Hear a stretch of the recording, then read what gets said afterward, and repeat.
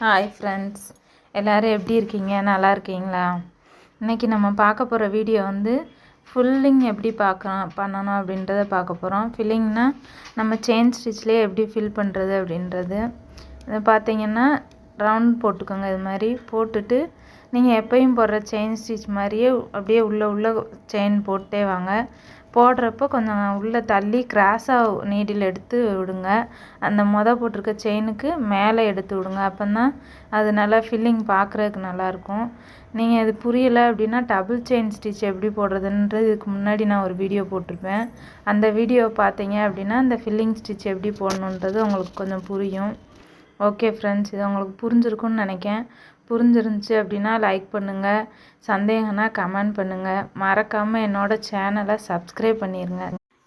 Hi friends, எல்லோரும் எப்படி இருக்கீங்க? நல்லா இருக்கீங்களா? இன்றைக்கி நம்ம பார்க்க போகிறது வந்து நேற்று பார்த்தது வந்து ரவுண்ட் ஷேப்பில் எப்படி ஃபில்லிங் பண்ணுறது அப்படின்றத பார்த்தோம். இன்றைக்கி நம்ம வந்து கோபியில் வந்து எப்படி செயின் ஸ்டிச்சில் எப்படி ஃபில்லிங் பண்ணுறதுன்றதை பார்க்க போகிறோம். நம்ம பார்த்தது வந்து சிங்கிள் செயின் ஸ்டிச்சு கொஞ்சம் லாங்காக பார்த்தோம். அதுக்கப்புறம் கொஞ்சம் சின்னதாக பார்த்தோம் செயின் ஸ்டிச்லேயே. அடுத்து ஜிக்ஜாக் தையல்லையே எப்படி டர்ன் பண்ணுறது அப்படின்றத பார்த்தோம். அடுத்து டபுள் செயின் ஸ்டிச் பார்த்தோம். அடுத்து பார்த்தது வந்து பானி ஒர்க்கு ஃபில்லிங் எப்படின்றத பார்த்தோம். இன்றைக்கி வந்து நம்ம கோபி செயின்லேயே எப்படி இது பண்ணுறது, செயின் ஸ்டிச் வச்சு எப்படி ஃபில் பண்ணுறது அப்படின்றத பார்க்க போகிறோம். ஓகே ஃப்ரெண்ட்ஸ், வாங்க வீடியோக்குள்ளே போகலாம். பாருங்கள் ஃப்ரெண்ட்ஸ், இப்படி தான் போடணும். நம்ம எப்பயும் நார்மலாக ரவுண்ட் ஷேப்க்கு எப்படி போட்டோமோ அதே மாதிரி நார்மல் செயின் ஸ்டிச் மாதிரியே போடுங்க.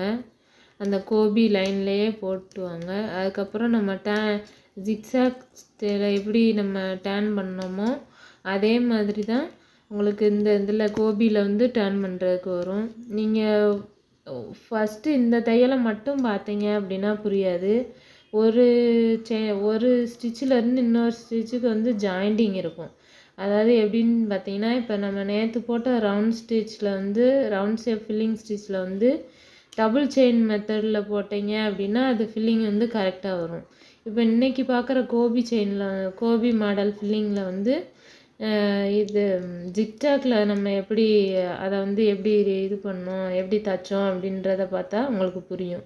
அது மாதிரி டக்குன்னு ஒரு வீடியோ பார்த்துட்டு வந்து உங்களுக்கு புரியாது. நீங்கள் பேசிக்லேருந்து இருந்து எப்படி இது பண்ணுறீங்க, எப்படி தைக்கிறீங்க என்னன்றதை பார்த்தீங்கன்னா தான் உங்களுக்கு அதோட விளக்கம் புரியும். நீங்கள் அடுத்தடுத்து பழகிறதுக்கும் உங்களுக்கு ஈஸியாக இருக்கும். எடுத்தோடனே இந்த கோபியில் எப்படி ஃபில் பண்ணுறது அப்படின்னு பார்த்தீங்க அப்படின்னா